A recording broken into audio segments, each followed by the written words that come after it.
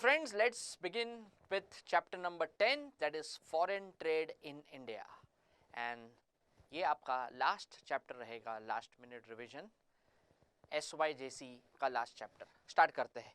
Foreign trade in India. Now students, trade का मतलब क्या होता है? Trade is nothing but buying and selling of goods. कोई भी गुड्स का आप परचेज एंड सेल करते हो तो उसको मैं ट्रेड कहूँगा.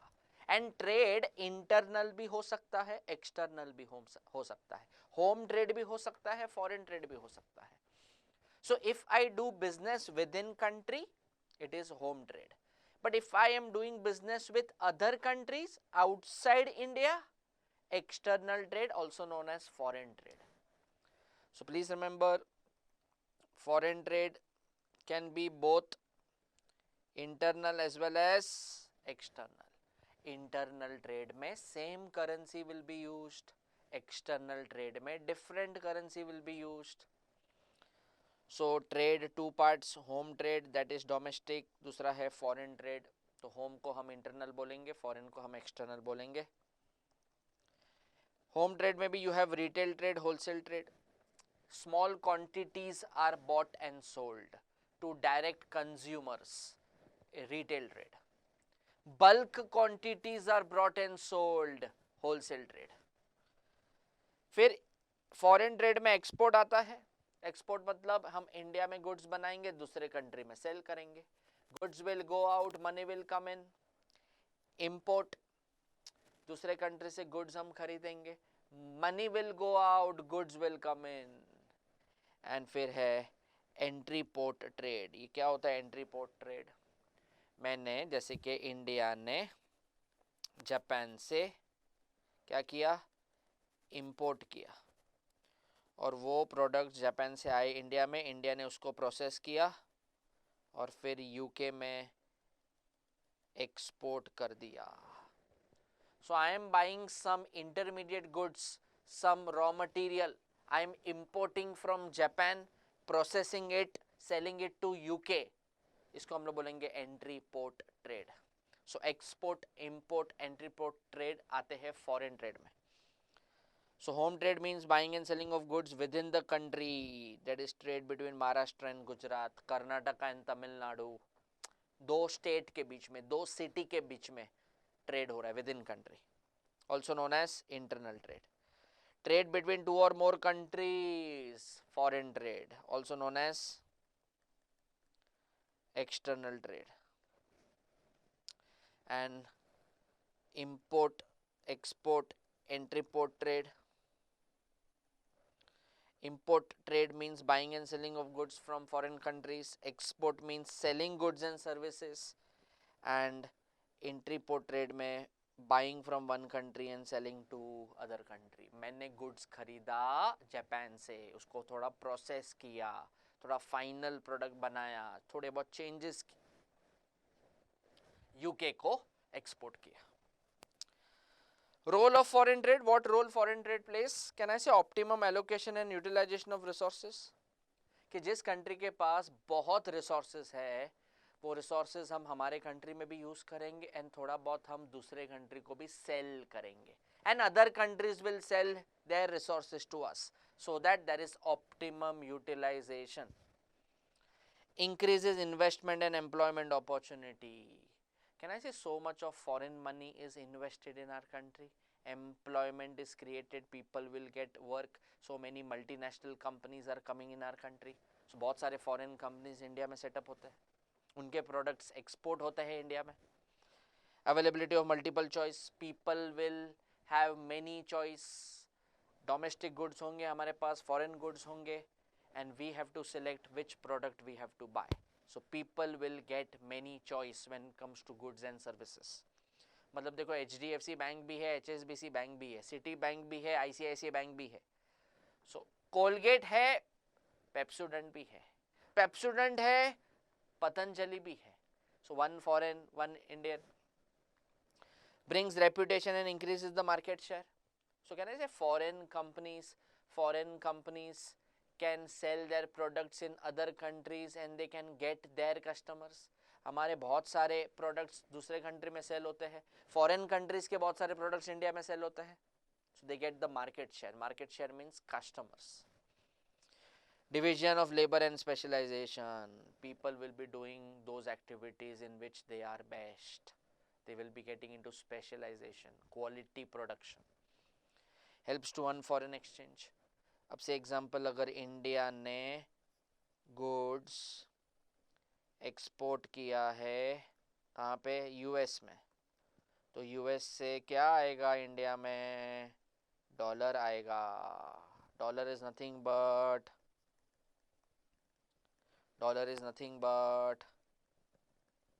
क्या, foreign exchange. Dollar is nothing but foreign exchange. India के फॉरेन एक्सचेंज रिजर्व्स इंक्रीज होंगे.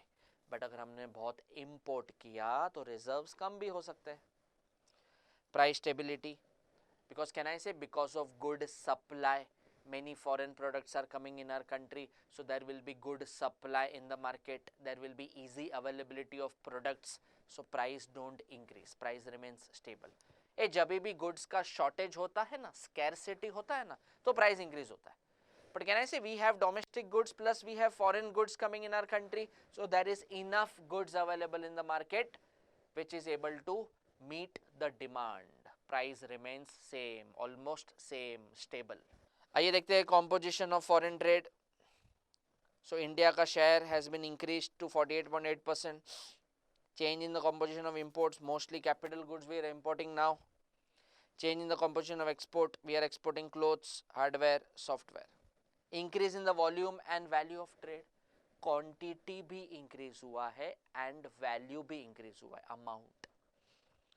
Oceanic trade, India's oceanic trade contributes 68%. Ships, seas and oceans के through जो trade हो रहा है वो.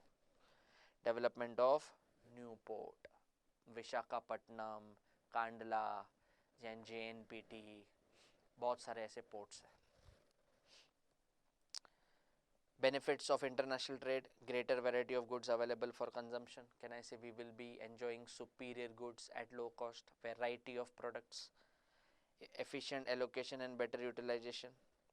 So resources का best use होगा, proper allocate होगा, जिसको चाहिए रहेगा उसको मिलेगा, less wastage. Promotes efficiency in production. Can I say more output will be produced at less cost? So production will be done at its best, good quality will be produced.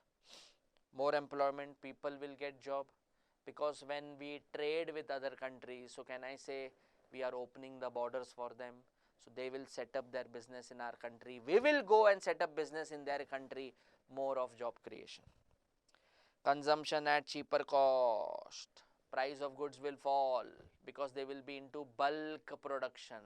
More you produce, your per unit cost falls. Reduces trade fluctuations. Trade fluctuations means ups and downs in the trade. Utilization of surplus produce.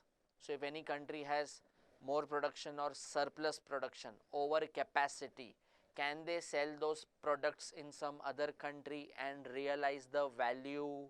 Yes. Foster peace and goodwill. It means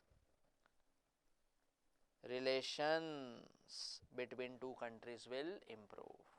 If India is doing business with China, if India has invested money in China, and if China has invested money in India, both are importing and exporting, will they get into war? No. See, relations may become little sour. There could be some heavy arguments or discussions, but they may not get into war. Reputation, goodwill, good relations will be maintained. So peace and harmony will be maintained. In short, what I will say, peace and harmony will be maintained when there is trade between two different countries. Trends in import. We import around 31% of petroleum products. See this data, try to remember. $27.5 billion gold. Our gold imports have declined. In fact, fertilizer share was 4.1% in 1990. Now it is only 1.3%. Iron and steel, the share has declined to 2.1%. So overall, we have reduced our imports. That is a good sign. Let's talk about exports. Engineering goods, certain equipments we are exporting, that is 25% of our total exports are engineering goods. Petroleum products, students, we import oil majorly and we export petrol and diesel.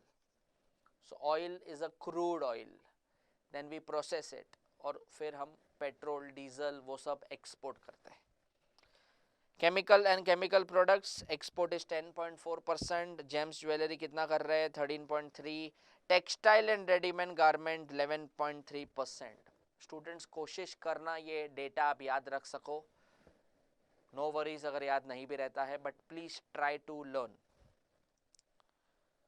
सो देखो majorly export हम क्या क्या करते हैं. Fuel, capital goods, food grains, petroleum products, pearls and precious gems. Import क्या करते हैं, gems jewellery, handicraft, manufacture goods. Rough idea. Now what is balance of trade. Balance of trade, it's a difference between value of export and import of goods for a given period. अगर मैं import and export of goods का बात करूं, सिर्फ goods का बात करूं, क्या क्या, import and export of goods only, services नहीं, सिर्फ गुड्स का बात हो रहा है, विजिबल टेंजिबल गुड्स, तो मैं उसको कहूंगा it is called as balance of trade. So it includes, import export ये था. According to Samuelson, if export is more than import, it is surplus, and if imports are more than export, it is deficit. तो हर एक country क्या चाहेगा कि export should be more than import, तो surplus होगा. Import greater than export हुआ तो deficit होगा. तो इसमें विजिबल गुड्स ही आने चाहिए.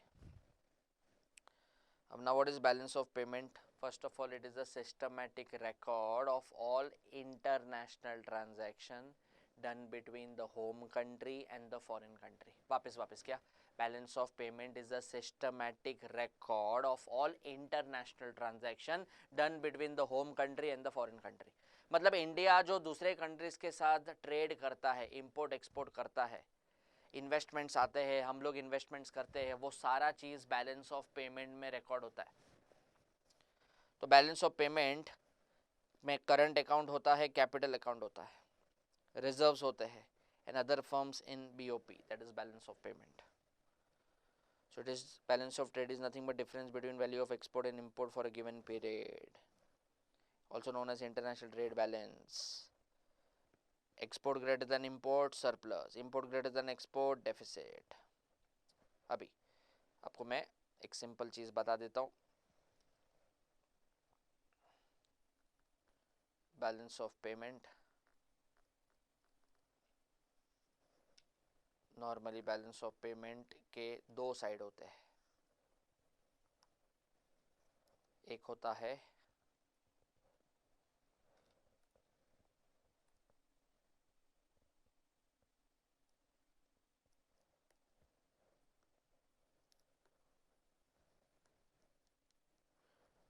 है रिसीट साइड, एक होता है पेमेंट साइड. पैसा आया तो रिसीट साइड, पैसा गया तो payment side. So export of goods, पैसा आया, receipt. Import of goods, goods आया, पैसा गया, पेमेंट. एक्सपोर्ट ऑफ सर्विसेज, पैसा आया.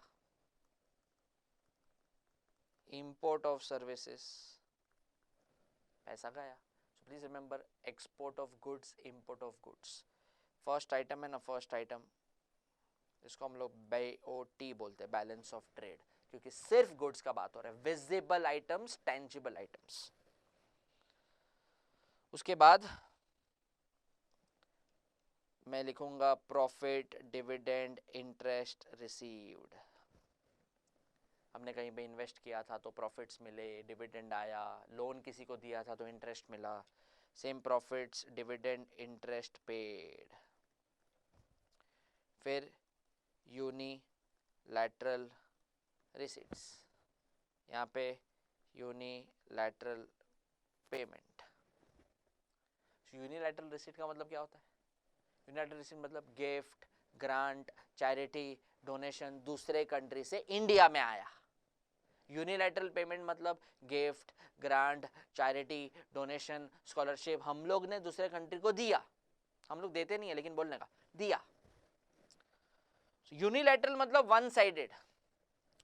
उसके बाद FDI, FPI, foreign portfolio investment, foreign direct investment, उन्होंने इंडिया में इन्वेस्ट किया है। Investment abroad, we have invested money abroad. Borrowings, पैसा आएगा, लोन लिया। एंड लैंडिंग, हमने किसी को लोन दिया, पैसा गया। And last I will write reserves. अगर receipt side is greater than payment side, reserves will increase. Payment side is greater than receipt side, reserves will decrease. Students ये है आपका बैलेंस ऑफ पेमेंट। से बताना चाहूँगा इसमें, ये देखिए आप ज़रा, इसमें जो फर्स्ट 4 आइटम है ना, फर्स्ट 4 आइटम, ये इसको हम लोग करंट अकाउंट बोलते हैं। क्या बोलते हैं? Current account, because they are recurring. First 4 items, ये सारी आइटम्स है, फर्स्ट 4 आइटम्स। इसमें आपका बैलेंस ऑफ ट्रेड भी आ गया। They are part of current account because they are recurring in nature, बार बार होते हैं ये ट्रांजेक्शन्स। और ये जो 5, 6, 7 है, ये है capital account. Big transaction, sometimes non recurring in nature, रोज नहीं होगा, एवरी वीक नहीं होगा, एवरी मंथ नहीं होगा। बट इंपोर्ट एक्सपोर्ट तो रोज होता है, एवरी वीक होता है, एवरी मंथ होता है। So current account plus capital account आपको देगा बैलेंस ऑफ पेमेंट। और प्लीज याद रखना, balance of payment is a broader concept than balance of trade, क्योंकि बैलेंस ऑफ ट्रेड सिर्फ गुड्स का बात करता है। Balance of payment all 7 points का बात करता है जो आपके सामने है। तो मैं स्टूडेंट्स आपको रिक्वेस्ट करूंगा, ये प्लीज टेबल कॉपी कर लेना, ठीक है? सो स्टूडेंट्स, यहाँ पे हम हमेशा चाहेंगे कि हमारे कंट्री का बैलेंस ऑफ पेमेंट सरप्लस में हो। Receipts should be greater than payments, so surplus BOP. If payments are greater than receipts, deficit BOP. India का बैलेंस ऑफ पेमेंट डेफिसिट में है, अनफॉर्चुनेटली सरप्लस में जाएगा तो बहुत अच्छा है। मतलब we should export more, import less, export more, import less. And खाली नॉलेज के लिए बता रहा हूँ, India's balance of payment is based on double entry bookkeeping system. Every debit entry has a corresponding credit entry. And reality में balance of payment कभी equal नहीं होगा, accounting terms में हो सकता है, but in reality it will be either deficit or surplus. So सिर्फ goods का बात करूंगा तो balance of trade, but सारे items की बात करूंगा तो balance of payment. So students, यहाँ पे खत्म होता है हमारा chapter number 10, foreign trade in India. And here we complete our all 10 chapters.